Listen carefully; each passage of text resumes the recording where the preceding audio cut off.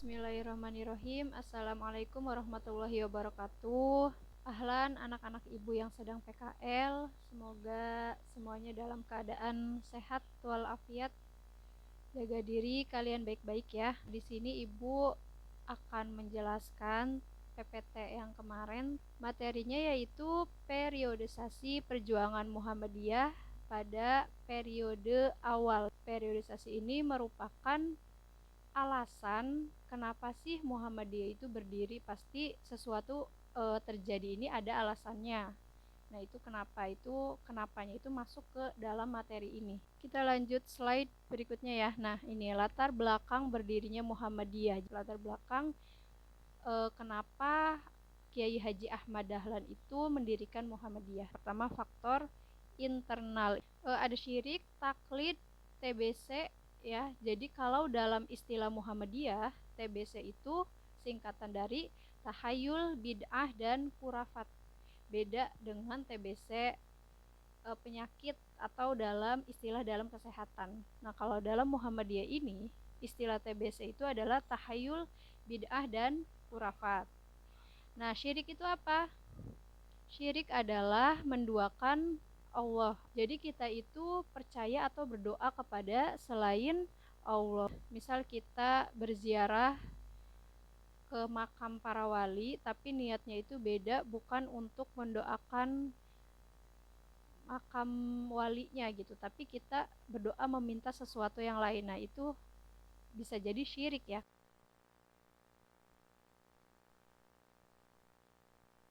Selanjutnya taklid. Taklid ini adalah mengikuti seseorang atau pendapatnya tanpa mengetahui dasarnya. Nah ini juga bisa jadi melenceng gitu ya, belok, mengikuti orang asal ngikutin aja tapi kita nggak tahu itu tuh artinya apa.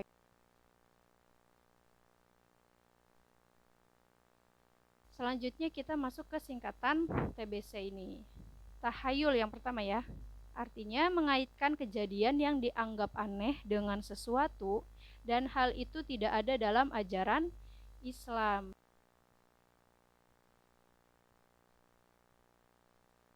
Jadi takhayul itu sama aja kayak mitos. Selanjutnya ada bid'ah.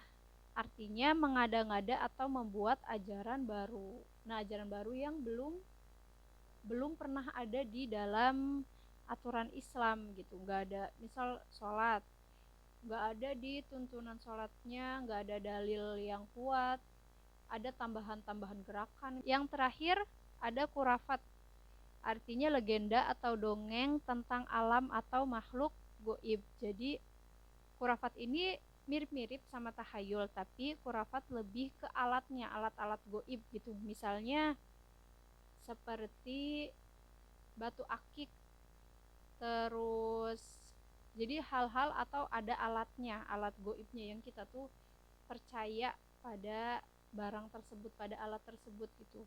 Jadi Kiai Haji Ahmad Dahlan itu ingin meluruskan masyarakatnya agar tidak belok-belok, tidak terjadi syirik, tidak taklid dan TBC gitu. Sekarang faktor yang kedua ya, ini masih faktor internal. Umat Islam terpecah menjadi 3 golongan. Yang pertama itu santri-santri, merupakan sebutan bagi seseorang yang mengikuti pendidikan agama Islam di pesantren. Selanjutnya abangan. Abangan artinya golongan masyarakat penganut agama Islam yang tidak sepenuhnya menjalankan agama sesuai dengan syariat. Enggak sholat, enggak ngaji, hanya Islam KTP doang. Selanjutnya priyayi. Golongan priyayi ini termasuk golongan yang kedudukan tertinggi atau dianggap terhormat. Jadi yang paling kaya, orang-orang bangsawan, punya kekuasaan tertinggi. Jadi 3 golongan ini juga termasuk alasan yang kedua kenapa Kiai Haji Ahmad Dahlan mendirikan organisasi Muhammadiyah, biar semuanya itu masyarakatnya sama rata gitu. Selanjutnya sistem pendidikan Islam yang masih lemah. Nah makanya sekarang pendidikan Muhammadiyah itu Kiai Haji Ahmad Dahlan menaruh mata pelajaran umum, tidak hanya mata pelajaran Islam saja. Nah itu alasannya ya. Jadi biar kita itu tidak ketinggalan zaman. Slide berikutnya, faktor eksternal. Nah, di faktor eksternal ini ada dua. Yang pertama, penjajahan kolonial Belanda. Penjajahan kolonial Belanda ini para penjajah barat atau Kristen, negeri Kristen ini menjajah masuk ke negeri-negeri Islam termasuk Indonesia melalui perdagangannya. Penjajah barat itu memperpecah umat ya. Selanjutnya ada gerakan pembaruan Islam dunia. Nah, pada saat ini yang masyarakat Islam tadinya maju menjadi terpuruk karena banyak penjajah, karena bangsa Belanda ini masuk dijajah, jadi masyarakat itu terbelakang gitu. Nah, baru muncullah tokoh-tokoh Islam dunia seperti Jamaluddin Al-Afghani, Muhammad Abduh, Muhammad Rashid Ridho, Kiai Haji Ahmad Dahlan itu walaupun tokoh-tokoh Islam itu sudah wafat ya, tapi kita juga bisa membaca bukunya, bisa belajar, berdiskusi dengan para muridnya gitu. Jadi Kiai Haji Ahmad Dahlan merangkum belajar dari tokoh-tokoh Islam tersebut, dan banyak pembaruan dari tokoh-tokoh Islam yang dipelajari oleh Kiai Haji Ahmad Dahlan gitu, termasuk 4 bidang ini: bidang keagamaan, pendidikan, penerbitan, dan sosial kemasyarakatan. Yang pertama, bidang keagamaan atau tablik. Ini ada banyak pembaruannya. Salah satunya ada penyederhanaan makam kuburan yang semula dihiasi secara berlebihan. Kalau kalian searching di internet, ini juga ibu udah taruh salah satunya, makam Kiai Haji Ahmad Dahlan itu tidak dihiasi secara berlebihan. Maksudnya adalah ditaruhin batu tinggi-tinggi, keramik gitu, jadi secara sederhana aja atau rata sama tanah.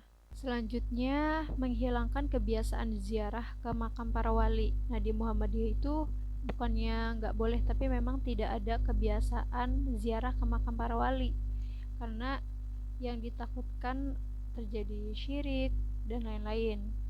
Yang ketiga, meluruskan arah kiblat. Kalau kalian tahu atau udah nonton filmnya Kiai Haji Ahmad Dahlan itu tentang sejarah Muhammadiyah,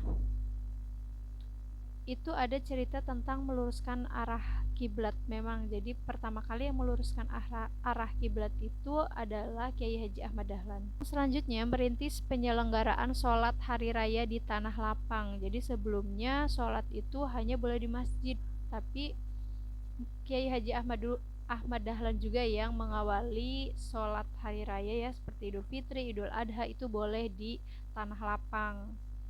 Selanjutnya, membentuk panitia khusus pengumpulan dan pembagian zakat fitrah. Jadi ada panitianya.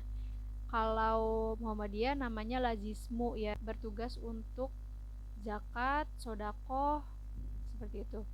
Selanjutnya, penyampaian khutbah dalam bahasa Jawa. Jamaahnya orang Jawa ya pakai bahasa Jawa. Kalau jamaahnya Sunda, berarti khutbahnya pakai bahasa Sunda gitu. Jadi menyesuaikan agar lebih dipahami oleh masyarakatnya. Selanjutnya, penggunaan kerudung untuk perempuan ya, mendirikan musola khusus perempuan. Selanjutnya, mempelopori berdirinya badan penyuluhan perkawinan. Ini maksudnya seperti psikolognya sebelum mau nikah gitu ya. Jadi konsul dulu pernikahan itu bagaimana, baiknya bagaimana. Selanjutnya, syiar dakwah Islam ke luar kota atau luar daerah, bahkan ada yang sampai luar negeri. Jadi dakwahnya udah semakin luas gitu di pembaruan ini. Yang kedua, ada bidang pendidikan, menyelenggarakan pendidikan sekolah atau madrasah bersistem modern, memakai kurikulum integral atau kolaborasi antara ilmu agama dan ilmu umum. Jadi semuanya pokoknya udah sistem modern gitu ya, dari proses pembelajarannya, udah pakai kursi, pakai meja, papan tulis yang awalnya masih sederhana, lesehan gitu, sekarang udah pakai meja, pakai kursi. Banyak yang berubah di bidang pendidikan ini.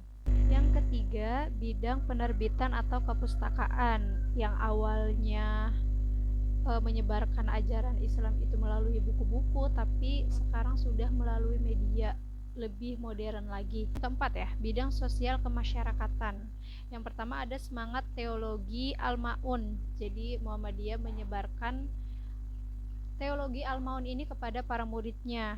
Intinya dalam Al-Maun ini adalah kita harus saling tolong-menolong kepada sesama masyarakat.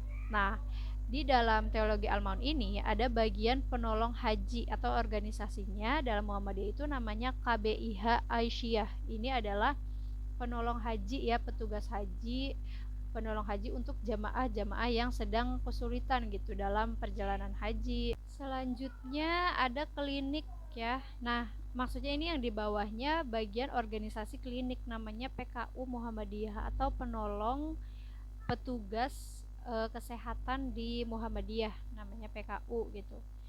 Ini sama ya kayak rumah sakit pada umumnya juga, BPJS bisa gitu, tapi penolongnya ini lebih ke sistem Islamnya, lebih ke aturan-aturan mutu dalam Islam itu seperti apa. Sudah ya, alhamdulillah. Coba di absen di kolom komentar siapa yang udah nulis bagian periodisasi Muhammadiyah ini. Mudah-mudahan bisa dipahami penjelasan dari Ibu. Terima kasih. Sekian dari Ibu. Wassalamualaikum warahmatullahi wabarakatuh.